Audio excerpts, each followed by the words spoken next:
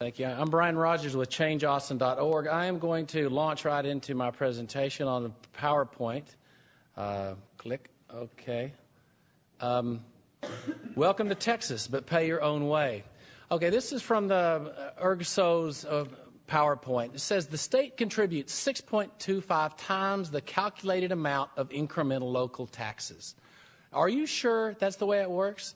That the local gets to calculate and then the state? Does the one wag the 6.25? That's the question. The city's expectation is the state provides 6.25 to our one. See the little blue? That's our city limits. But the reality is the city must provide 1 to the state's 6.25. I have drawn this boundary line that the comptroller and CLOC, the local organizing committee, are going to get to draw, not the city of Austin. The San Antonio has 37,000 hotel rooms if they were all vacant. Austin has 21,000 if they were vacant. We can't get to 97,000 hotel rooms unless we go all the way to Dallas. That is the geographic area that the comptroller is going to draw, yet we're stuck with a little bitty area. And if you go to the comptroller and say, well, we only had a $1 million increment, they're going to go, I'm sorry, you're married to the 6.25 to 1. We're putting up 25. You're married to $4 million. I don't care what you say. Okay, the state is committed to $25 million a year. They're going to conjure a boundary to get it. The city is obligated for $4 million whether the increment exists or not. The city is married to 6.25 to 1 ratio, but it doesn't have the geographic area for payback. No other city pitches in. They all get a free ride. Austin is having to carry the burden. Now, let's see how this works. We need 97,500 rooms. These are the comptroller's numbers. I could go through them. All you have to do is go to the comptroller's website. You plug in the city you want. You plug in the month. How many hotel rooms do we have? Well, there we are. We got 201 hotels. We got a capacity of 21,345 rooms as of March. Okay, 21,000 rooms. That includes luxury, standard, extended stay, bread and breakfast, RV cabins, crack motels, and the general flea bags. We have a general occupancy of hotels of 65%. So that means 13,000 rooms will not be available. That only leaves 7,000 rooms available for the Formula One increment. Well, the comptroller says we need 97,000. That means we only have 7,000 of the total needed.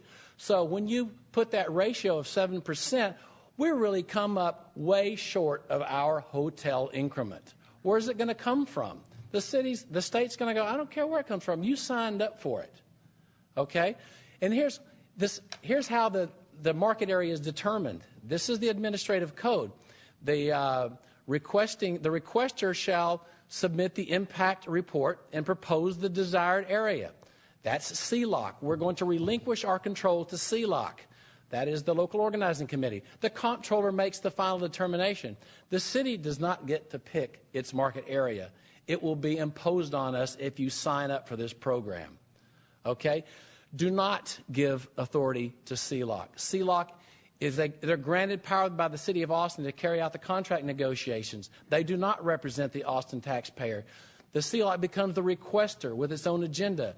CLOC's interests lie with F1. This is F1 negotiating with itself. Don Hoyt is hired and paid by CLOC and writes the report and defines the market area to the detriment of Austin. CLOC provides a large market area because they need the $29 million. CLOC provides the data to the comptroller. CLOC has an enormous conflict of interest. It was formed by Richard Suttle, the developer's attorney. We do not hand over our power to them. We can directly negotiate with the state. We don't need CLOC as an intermediary. Okay?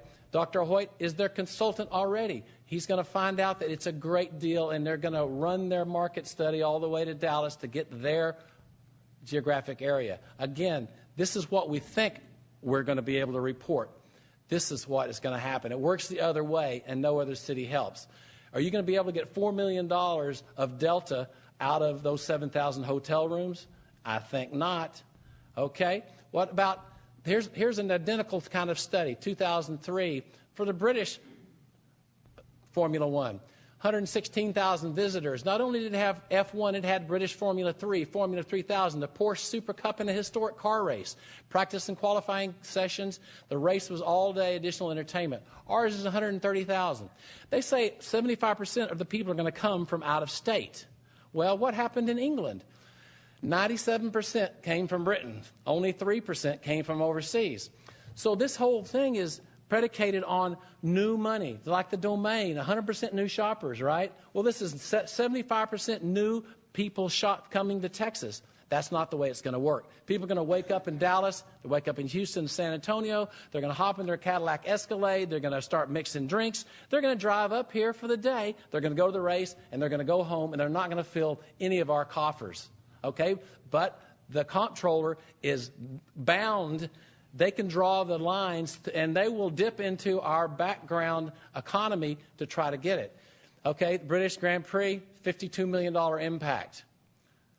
They say the comptroller's office said a $300 million if the race were held in Austin. Larger windfall than South by Southwest in an entire season. That's just not true. These are garbage numbers. Just think about it. 130,000 people here for the weekend is no better than a couple of games. These numbers are fiction. So what is the deal with Formula One? The Economist, race hosting fees are now the sport's biggest source of revenue, bigger than the sale of television rights. So what this tells you is our business model is tax subsidies. F1's greatest revenue is tax subsidies. It's a declining business. They're like Cabela's. It's their business model. Their business model is tax subsidies. And here they are coming to us as if we're a bunch of hayseeds and going, we want your money. Okay, that is the end of my PowerPoint, but I wanted to add a few more things till I get the beep. And one of them is, don't cram this down our throats, okay, with a timing. This timing, there is no rush. What's going on is the same thing happened with the domain. It's like the developer needed to get to a convention in Las Vegas, so they had to have the deal signed. The council was supposed to sign the agreements before they even saw them. Same for the biomass deal. Hurry, hurry, hurry. Equipment prices are going up by the end of the month. Well, what happens? Yeah, a week later, Lehman Brothers collapses and Wall Street collapses. We didn't have to hurry. Now it's hurry, hurry, hurry. Let's get this deal done. We don't need to get this deal done. Let's just slow down. We can look at it if it's a good deal. It's a fake deadline, this get it done by the 23rd. We don't need to get it done by the 23rd. Let's look at the documents. Let's give us time. This Hoyt fellow is going to come up with a economic analysis, and then John Hawkinyos, who's another booster on the city's golden Rolodex. They're all going to come up with this thing's the best thing since sliced bread. Well, you know what? We need time to have people like me and Richard Victor and look at it and shoot holes in it, and Councilmember Spellman. And if at the end of the day it holds its integrity, then y'all make a decision. But please, not before. Let's have a nice, long process. I know that they're saying that we were told that it's free money with no risk.